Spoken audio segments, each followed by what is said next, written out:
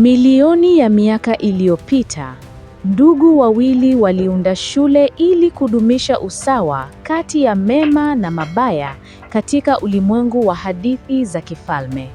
Kwa muda mrefu, Rafael na Rion walishirikiana nguvu kwa amani. Lakini siku moja, mambo yalibadilika na wakaamua kukabiliana. Kutokana na tamaa yake, Rafael alimpa changamoto ndugu yake pacha kupigana dueli, zawadi ikiwa ni udhibiti wa shule nzima. Katika jaribio la kuepuka mapambano, Rion aliamua kutorudisha mashambulizi bali kujilinda tu. Lakini upole wake ulikuja kwa gharama kubwa.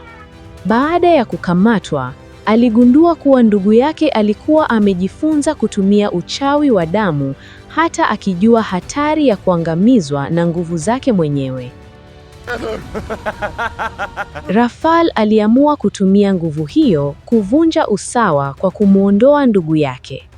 Hata hivyo, alipokuwa karibu kushindwa, Rion aliamua kutoa pigo la mwisho na akamsukuma ndugu yake mwovu kutoka kwenye jabali ili kuokoa maisha yake. Miaka mingi baadaye, katika nchi ya mbali, hadithi mpya ilianza na msichana aliyeitwa Sophie ambaye alikuwa na hatima ya kubadilisha dunia. Ingawa siku zote alikuwa akioka maisha ya kifalme, alizaliwa katika familia maskini sana na alilazimika kuishi katika nyumba ndogo pamoja na ndugu zake wengi. Wakati huo huo, upande mwingine wa Gavaldin, pembezoni mwa mji katika nyumba ndogo juu ya kilima cha Graves Hill, aliishi msichana aliyeitwa Agatha ambaye alilelewa na mama yake aliyedai kuwa mchawi, ingawa dawa zake hazikuwahi kufanya kazi. Hata hivyo, mama wa Agatha aliweka matumaini yake yote kwa binti yake, kwani aliona ndani yake sifa zote za mchawi wa kweli. Kitu pekee kinachofanana kati ya wasichana hawa wawili ni kwamba wote wanauchukia mji wanaoishi, na kwa sababu hiyo wakawa marafiki wakubwa. Baada ya mama wa Sophie kufariki akiwa bado mdogo, Agatha aliingia katika maisha yake na tangu hapo hawakuweza kutenganishwa. Siku moja, Sophie alipomwona Agatha akitishiwa na mtu kichaa aliyekuwa anajaribu kumfukuza kutoka Gavaldin kwa kumuita mchawi, mara moja alimsaidia rafiki yake na kumpiga mtu huyo kichwani kwa sufuria.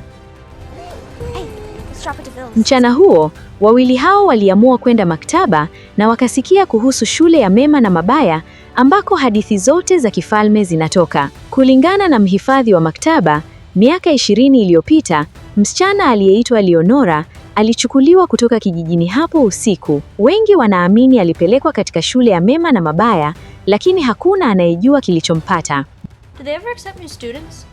Baada ya kusikia hadithi hiyo, Sophie aliamua kuandika barua kwa shule hiyo, akijitambulisha kama mgombea, kwani alikuwa tayari kufanya chochote ili kutoroka maisha yake ya sasa. Baada ya kuweka barua kwenye mti wa matamanio, Sophie alirudi kuangalia kama imechukuliwa, lakini akaikuta pale pale. Wakati huo, aliamua kuchukua hatima yake mikononi mwake na akaamua kukimbia mji usiku. Lakini kabla hajafanikiwa, alikutana na Agatha na ghafla wakaona moshi mwekundu angani. Kiumbe chenye macho ya moto kilitokea na kumchukua Sophie. Wakati anachukuliwa, Sophie alishangilia na kuaga Gavaldin, lakini Agatha alikimbia kumwokoa rafiki yake. Hata hivyo, ndege mkubwa alitokea na kuwachukua wote wawili na kuwapeleka mbali pamoja. Agatha alitupwa katika shule ya mema, huku Sophie akipelekwa moja kwa moja katika shule ya mabaya, jambo lililomtisha sana kuona amezungukwa na wahalifu. Sophie alipofika katika shule ya mabaya, alihisi hofu kubwa sana, kwani kila mtu aliyemzunguka alionekana kuwa mbaya, wa kutisha na mwenye sura zisizo za kawaida. Hakuelewa kwa nini yeye, ambaye siku zote aliamini kuwa angekuwa binti mfalme mzuri, amepelekwa mahali hapo pa giza. Kwa upande mwingine, Agatha alipoanguka katika shule ya mema, hakupokelewa vizuri hata kidogo. Badala ya kukaribishwa kama mtu mwema, alipuuzwa na kudharauliwa na mabinti wa kifalme waliokuwa wamevaa vizuri na waliojiona bora kuliko yeye. Walimchukulia kama mtu asiye na hadhi kwa sababu ya muonekano wake usioendana na viwango vyao vya uzuri. Agatha alipoamka kwenye bustani ya maua, alishangaa sana kuona mazingira mazuri, lakini watu waliokuwa humo hawakumkubali. Mabinti wa kifalme waliinua nyuso zao kwa majivuno na hata Feri walimvuta kwa nguvu wakimpeleka kwenye siku yake ya kwanza ya masomo. Kabla ya kuanza masomo rasmi, Agatha alipelekwa katika chumba cha urembo ambako alikutana na mwalimu aitwaye Profesa Davy. Hapa alilazimishwa kubadilishwa muonekano wake ili afanane na mwanafunzi wa mema. Alivalishwa nguo nzuri, akapambwa, lakini bado alihisi si sehemu ya mahali hapo. Baada ya hapo, alipelekwa katika ukumbi ambapo wanafunzi wapya walikusanyika. Alianza kumtafuta Sophie kwa wasiwasi mkubwa, lakini alipomuona hatimaye, walizuiwa kukutana na wakalazimishwa kukaa pande tofauti kabisa za ukumbi huo. Hali hii iliwavunja moyo, kwani walikuwa wamezoea kuwa pamoja kila wakati.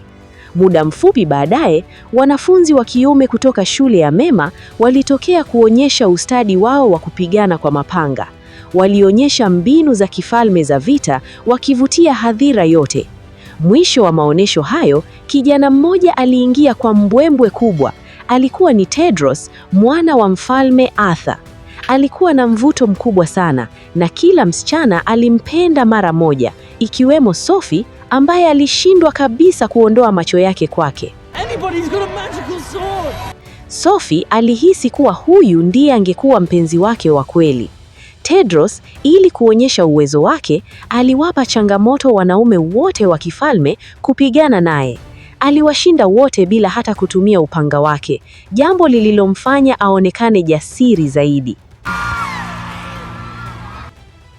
Baada ya hapo, viumbe wabaya waliinuka kupambana naye, na hapo ndipo alipochomoa upanga wake maarufu, Excalibur, na kumshinda Cyclops kwa ustadi mkubwa. Wakati huo, mkuu wa shule alitokea. Agatha alisimama na kusema kuwa lazima kuna kosa, na akauliza jinsi ya kurudi nyumbani. Lakini Sophie badala yake alitaka kujua jinsi ya kubadilisha shule. Hata hivyo, mkuu huyo, Ryan, aliwaambia kuwa hakuna makosa katika shule hiyo. Kila mtu yuko mahali panapostahili.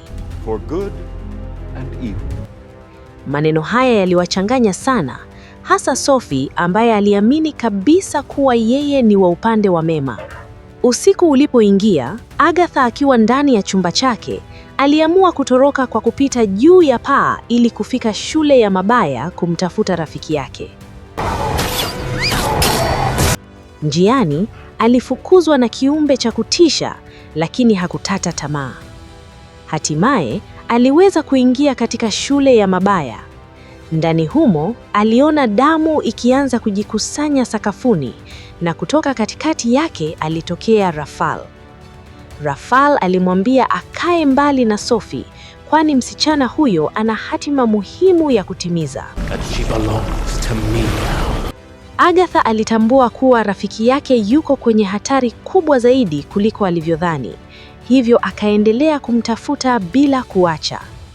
Alipompata, waliamua kuvamia ofisi ya mkuu wa shule na kujaribu kumshawishi kuwa waliletwa kimakosa.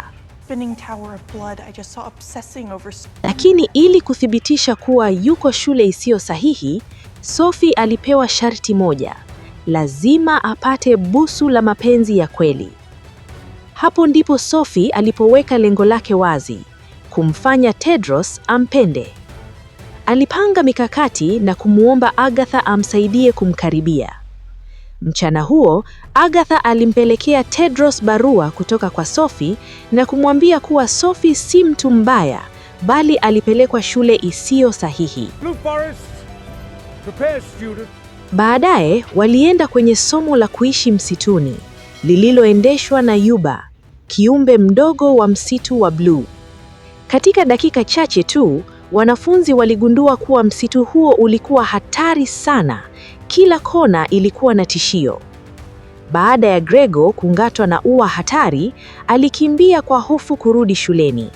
Agatha alimfuata ili kumsaidia, kwani hakutaka afeli kwa mara ya 3.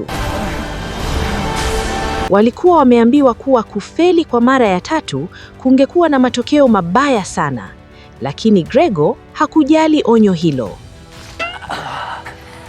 Wakati huo huo, Sophie alikuwa darasani akijifunza kuimarisha vipaji vyake.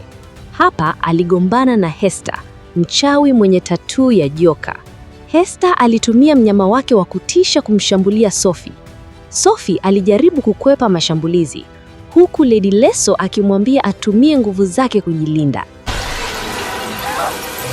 Tatizo lilikuwa, Sophie hakujua hata uwezo wake ni nini. Alipokuwa karibu kushindwa, kundi kubwa la nyuki liliingia darasani na kumshambulia joka la Hester. Joka hilo lilidungwa mara nyingi sana na nyuki hao. Lady Leso alipogundua hali hiyo, alimwambia Sophie asitishe shambulio hilo. Sophie aliwaamuru nyuki waondoke na wakatii. Wakati huo, picha ya Raphael ilionekana akimpongeza Sophie kwa kazi nzuri. Sophie.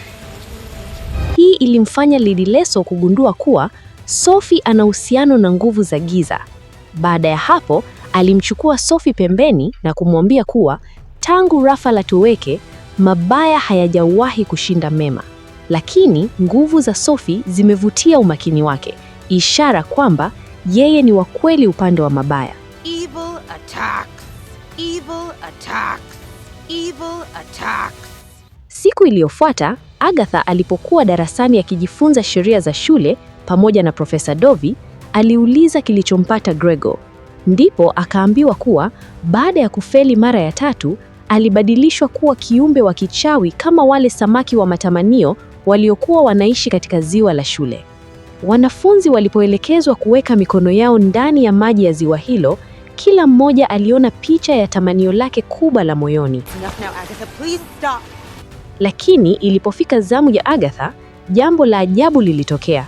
Samaki walikusanyika karibu na mkono wake na akamvuta msichana kutoka ndani ya maji. Msichana huyo alieleza kuwa alifeli zaidi ya miaka 100 iliyopita, na kwa mara ya kwanza kabisa, mtu alitamani kumwokoa. Baada ya kumshukuru Agatha, alitoweka. Ghafla, ndege mkubwa aliyewahi kumleta Agatha shuleni alitokea. Kwa hofu, alijaribu kukimbia, lakini akagundua kuwa huyo alikuwa Gregor katika umbo lake jipya. Alijaribu kumsaidia, lakini kabla hajafanikiwa, Tedros alitokea na kutupa upanga wake moyoni mwa kiumbe huyo, akimuua. Agatha aliumia sana na kumshambulia Tedros kwa hasira, akimlaumu kwa kumuua rafiki yake. Baadaye, mwalimu alieleza kuwa Agatha ameonyesha sifa za kifalme za kweli: Wrong with you? huruma na wema wa ndani. Alisema zamani kulikuwa na wema wa kweli, lakini sasa wanafunzi wengi wamejaa majivuno na kujikweza. Wakati wa mapumziko, Agatha alimwendea Sophie na kugundua kuwa tayari amekutana na Raphael. What happened to your eye? Wakati huo huo, Tedros alikuja akiwa ameumia jicho na Sophie alipata nafasi ya kuzungumza naye. Lakini mazungumzo hayo yalikatizwa ghafla. Sophie akachukuliwa hadi chumba cha adhabu.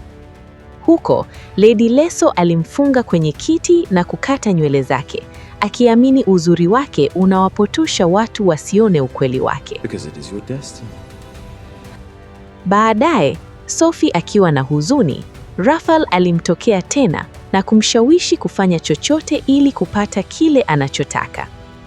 Katika somo lingine, wanafunzi walijifunza kufungua nguvu zao kwa kuamsha mwanga wa vidole vyao. Sophie alionekana akiwa na mwonekano mpya kabisa, akianza kubadilika kitabia, akawa mkali, mwenye kiburi na akaanza kushirikiana na wabaya. I'd be most grateful. Agatha alipoona mabadiliko hayo, alijua lazima afanye kitu. alimshauri Sophie aende darasa la upinde na msha ili kumvutia Tedros. Baada ya hapo, Tedros alimwalika Sophie kwenye dansi, jambo lililosababisha mgogoro mkubwa kati ya shule mbili. Walimu walikutana kujadili hali hiyo na wakaamua kuwapa mtihani wa mapenzi ya kweli. Kila mmoja alitakiwa kupita msitu wa bluu kutoka pande tofauti na kukutana alfajiri, huku wakikabiliana na hatari zote. Safari ilipoanza, Sophie alishambuliwa na maua yanayokula nyama. Agatha alitumia nguvu zake na kubadilika kuwa njiwa ili kumsaidia. Njiani, Sophie alifukuzwa na kiumbe cha kutisha chenye kichwa cha boga. Agatha alimsaidia kukiangusha na kumwelekeza aendelee kumtafuta Tedros. Lakini kabla hawajakutana, kiumbe hicho kilimshambulia Tedros. Sophie aliganda kwa hofu na hakufanya chochote. Agatha ndiye aliyemsaidia Tedros kwa kumpa upanga wake. Baada ya kushinda, Tedros aligundua kuwa Sophie hakumsaidia kwa dhati na akakata tamaa. Alitupa kitambaa chekundu na kurudi shuleni. Sophie alikasirika sana na kumlaumu Agatha kwa kuharibu uhusiano wake. Liar, you knew this would happen. Hapo ndipo alitangaza vita dhidi ya rafiki yake.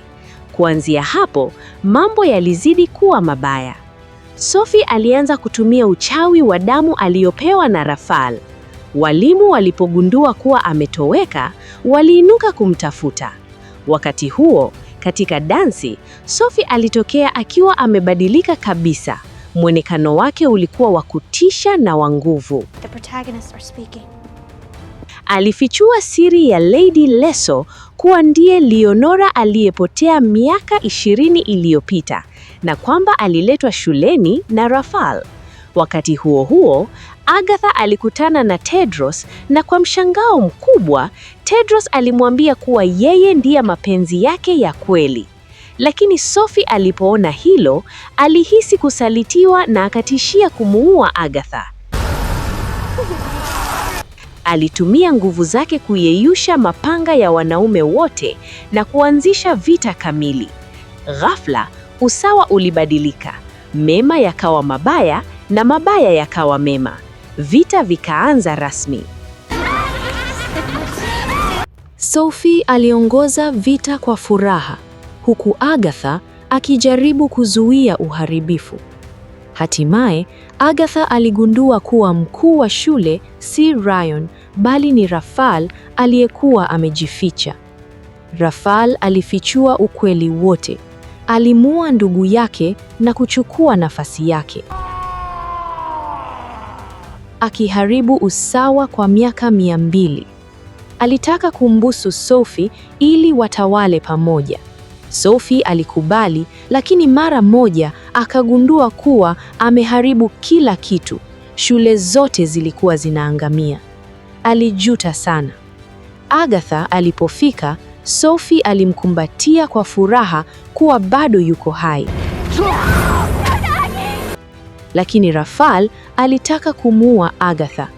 Sophie, kwa upendo wa kweli, alijitupa mbele na kuchomwa moyoni ili kumlinda rafiki yake. Kitendo hicho kilionyesha upendo wa kweli na kilivunja mipango yote ya Rafal. Tedros alikuja na Agatha. Kwa pamoja walimuua Rafal kabisa. Baada ya hapo, Sophie alikiri hataki kuwa mwovu. Agatha alimwambia kuwa yeye si mwovu, ni binadamu, anaweza kuchagua. Sophie alipoteza fahamu, lakini baadaye alifufuka. Shule zilirejeshwa na dunia ya hadithi ilibadilika milele. Mema na mabaya wakajifunza kuishi pamoja kwa amani. Mwisho, Sophie na Agatha walirudi nyumbani Gavaldin, wakipokelewa kwa furaha. Lakini mshale wa Tedros ulipoonekana kuvuka dunia mbili, ilionekana wazi, hii haikuwa mwisho. bali mwanzo wa hadithi mpya.